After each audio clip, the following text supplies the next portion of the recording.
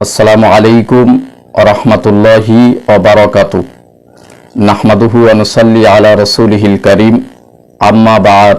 এই মুহররম মাসে আল্লাহ তাআলা একটি গুরুত্বপূর্ণ রাত দিয়েছেন, যে রাতটির নাম আরবিতে বলা হয় লাইলাতুল আশুরা, অর্থাৎ 10 তারিখের রাত। উম্মতে মুহাম্মাদির প্রাথমিক যুগে মুহররম মাসের 10 তারিখের রোজা আল্লাহ তাআলা ফরজ করেছিলেন। তারপর কোরআন শরীফের এই আয়াত যখন নাজিল হয়, ইয়া আইয়ুহাল্লাযীনা আমানু কুতিবা আলাইকুমুস সিয়াম, তখন থেকে ওই হুকুম মানসুখ হয়ে যায়।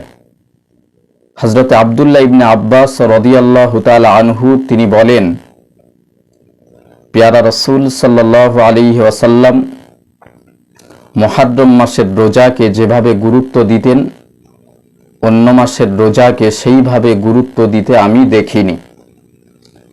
হযরত আবু হুরায়রা রাদিয়াল্লাহু তাআলা আনহু থেকে বর্ণিত হাদিস শরীফ, তিনি বলেন, রাসূল পাক সাল্লাল্লাহু আলাইহি ওয়াসাল্লাম ইরশাদ করেছেন, যে ব্যক্তি মুহররম মাসের রোজা রাখবে, আল্লাহ তাআলা ওই ব্যক্তিকে 1 বছরের সাগীরা গুনাহ আল্লাহ তাআলা মাফ করে দেবেন।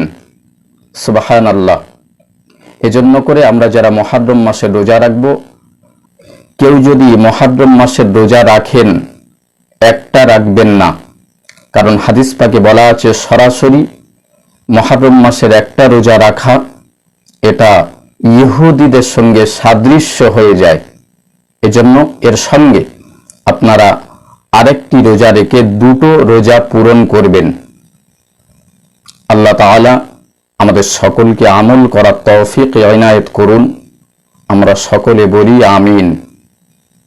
সুস্থ থাকবেন, ভালো থাকবেন।